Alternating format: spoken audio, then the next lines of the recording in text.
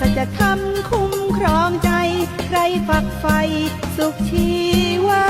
วัดดอยเทพนิมิตยังจำติดและตรึงตราฟังธรรมเทศนาสุขอุราแสนเปรมปรีหลวงพ่อสำเริงคิดน้อมตั้งจิตเจตนามุ่งมั่นคำสัญญา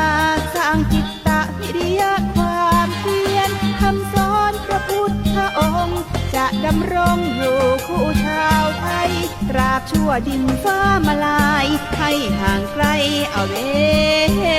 ทีนำพาพระสงฆ์ไปสี่สังเวยสถานสืบสารตามตำนานที่กล่าวขานกันนานมาศึกษาพุทธประวัติไม่ข้องขัดมั่นในศรัทธาขัดเกลากิเลสตัณหาภาวนาสร้างบารมีนี่คือสาระธรรมตามรอยบาทพระศาสดาหลวงพ่อดำริมาปลุกเสกพระเป็นให้เป็นพระแท้มีธงธรรมจักร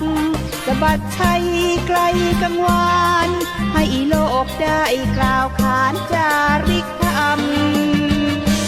ตามรอยบาทพระศาสดา